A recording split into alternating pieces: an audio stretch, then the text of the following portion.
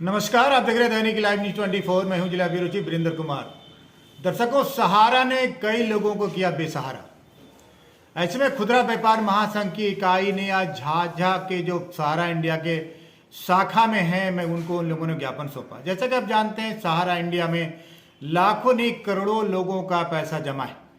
ऐसे में सहारा India company, ठीक है, माना कहीं कुछ भूल चूक हुई होगी, इसका मतलब ये नहीं है। आपसे एक सीधा उदाहरण देते हैं, कहीं वाहन चेकिंग लगा हुआ है, ठीक है। अब वाहन चेकिंग में किसी वाहन चालक के पास किसी प्रकार का कोई वैध कागजात नहीं, या फिर ड्राइविंग लाइसेंस नहीं, या फिर हेलमेट नहीं, तो पुलिस क्या करती है? जुर्माना करती, ना कि उसकी गाड़ी को सीज करती। अगर सहारा इंडिया से भी कहीं ना कहीं गलती हुई होगी, सुब्रतो राय से कहीं कहीं चूक हुई होगी, तो सरकार को पनिशमेंट करना चाहिए था, सरकार को दंडित करना चाहिए था। जो फाइन होना था ये था, वो लेना था। या फिर जो टैक्स में अगर कहीं चोरी की बात होगी या कहीं घपले की बात होगी तो वो लेना चाहिए था, ना कि कंपनी पर एक्शन करने का। सहारा में सबसे ज्यादा मध्यम वर्गीय परिवार का ही पैसा जमा है। दर्शकों, ये अच्छी तरह जानते हैं, हमारे भी पैसे जमा है। अब मुझ जैसे पत्रकारों का भी कितने इंडिया में होगा, उन लोगों का भी पैसा जमा है। कहीं ना कहीं सरकार की जो योजना है, सरकार की मंशा है कि चलो सब कुछ फेयर हो। अगर कहीं कोई चूक हो तो उसको पनिशमेंट करिए, कंपनी को बंद मत करिए। जिस तरह पीएचसीएल जैसी बड़ी कंपनी को भी बंद कर दिया गया, उसमें लगभग 6.5 करोड़ लोगों का पैसा जमा है। ये 6.5 करोड़ मोदी भक्त है। अब मोदी इन्हीं लोगों को बर्बाद करने पर तुले हुए। सहारा इंडिया में किन का पैसा है? गुपचुप बेचने वाला का, ठेला चलाने वाला का, बिजनेस करने वाला का, दुकान चलाने वाला का, रिक्शा चलाने वाला का, इन तमाम गरीबों का पैसा है। और इन तमाम गरीबों के पैसे पर ताला बंद कर दिया गया गवर्नमेंट की तरफ से। ये कहीं ना कहीं कंपनी के साथ तो ज्यादती है ही, भारत की जनता के साथ भी ज्यादती कदम नहीं बढ़ा पाएगी। हालांकि मोदी का कहना है बाहर से लाके बिजनेस करेंगे इंडिया में।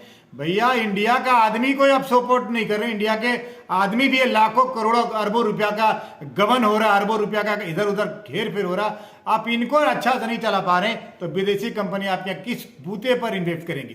क्योंकि विदेशी कंपनी भी अगर आती है तो इंडिया का ग्रोथ रेट बढ़ेगा, लेकिन जनता का पैसा सुरक्षित रहेगा, इसकी क्या गारंटी?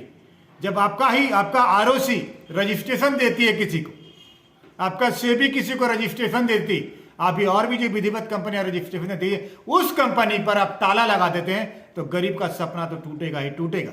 जिस तरह खुदरा व्यापार संघ के अध्यक्ष बबलू केसरी, मंत्री सोनू बड़वाल ने कहा कि कई बेटियों की शादी पैसे का अभाव में टूट गई। टूटना लाजिमी, क्योंकि याद रखिए, जब भी कोई गरीबों का सपना टूटता है ना, गरीबों के दिल से जब आह निकलती है ना, तो बहुत दूर तक इसका असर होता है। संजय शर्मा के साथ वीरेंद्र कुमार की बहुत ही खास रिपोर्ट देखिएगा।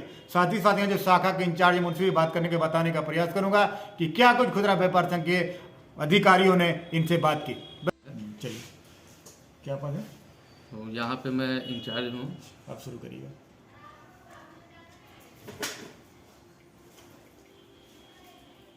हमारे साथ विजेंद्र कुमार जुड़ रहे हैं, जो यहाँ के इंचार्ज है। सर, क्या कुछ ज्ञापन दिया गया खुदरा व्यापार महासंघ की तरफ से? सबसे पहले तो आप लोग का नमस्ते, और आप लोग आए हैं हमारे ऑफिस में, बहुत अच्छी बात है।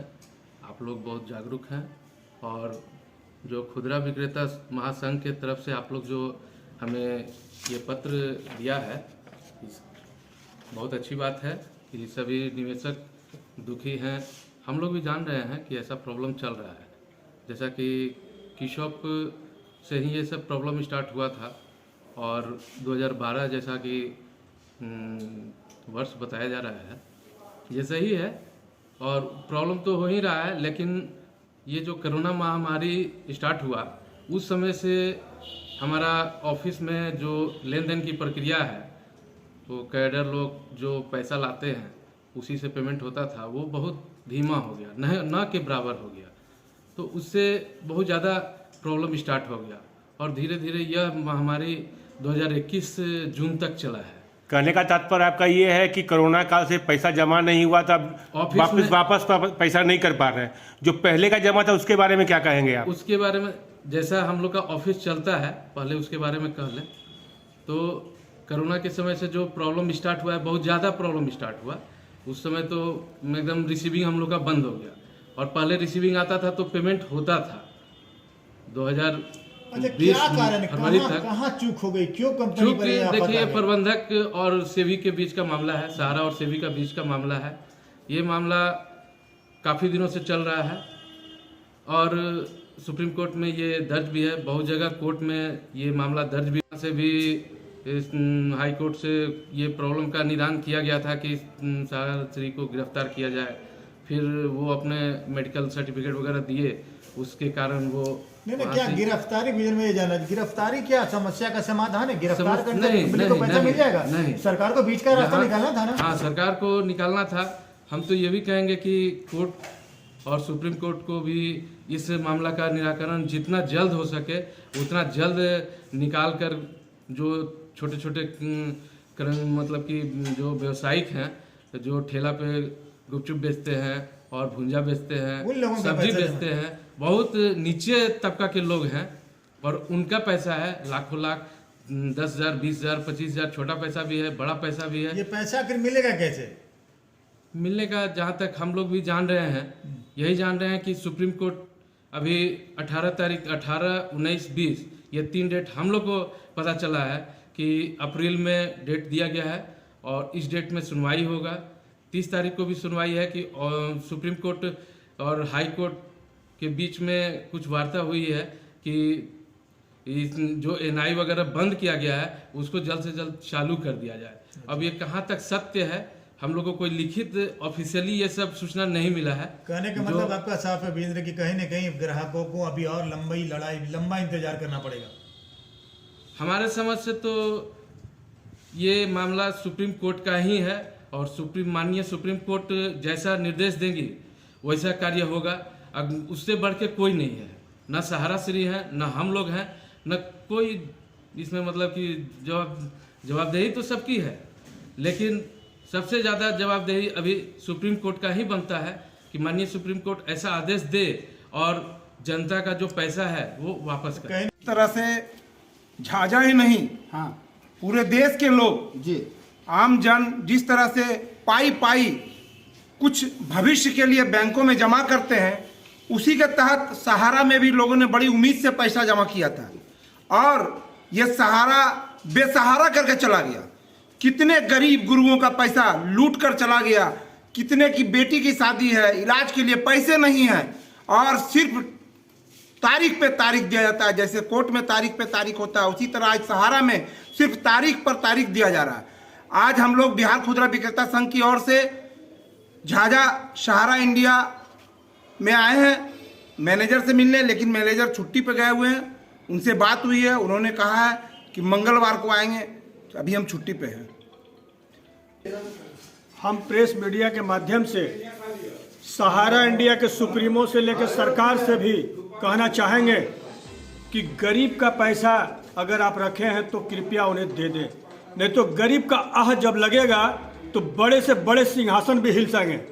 और आज जो सहारा इंडिया में आशा, उम्मीद और भरोसा के साथ लोग जो पैसा रखा था, कोई अपनी बेटी की शादी के लिए, कोई और बेटा का पढ़ाई के लिए, भविष्य के लिए, वो पैसा उसका आधार में पड़ गया है।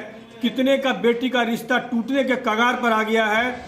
हम फिर से सहारा इंडिया से जुड़े हुए तमाम अधिकारी, पदाधिकारी और अपने सरकार से, चाहे जो भी हो, मोदी जी से भी कहना चाहेंगे कि आप इन गरीबों का पैसा मत मारिए, इनका हक मत मारिए, इनका पैसा वापस कर दीजिए।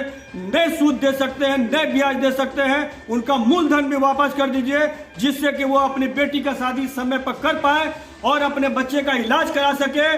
बस यही कहना चाहते हैं। और आज हमारा बिहार खुदरा विक्रेता संघ इस चीज का अगुवाई कर रहा है और हम झाझा के सहारा इंडिया के मैनेजर से ये कहना चाहते हैं कि अगर जल्दी से जल्दी इनका पैसा आप वापस नहीं करेंगे तो झाझा के तमाम व्यापारी आपको यहाँ जीने नहीं देगा, अच्छा से बैठने नहीं देगा, शांति से बैठने देगा, चूंकि उस अब तो वो भी अंतिम दौर में है। जिस तरह लोग विश्वास नहीं रहे, क्या कहना चाहते हैं?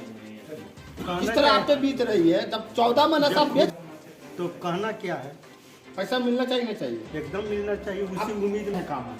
दुकानदारी करते हैं। दुकानदारी क्या चीज़ का? खुदरा किराना का 22,000 रुपया।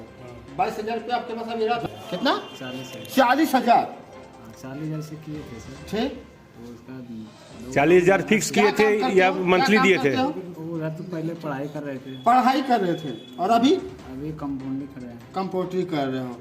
पैसा तुम्हारे नाम से जमा है? हाँ मेरे नाम से। उस 40,000 रुपया तो अब कागज पे जमा किए होंगे हमारे साथ। लेकिन आपको वो चैन से बैठने नहीं देगा। आप इनके पैसे का भुगतान शीघ्र अतिशीघ्र करें, अन्यथा इसका परिणाम बहुत बुरा होगा। धन्यवाद। अभियान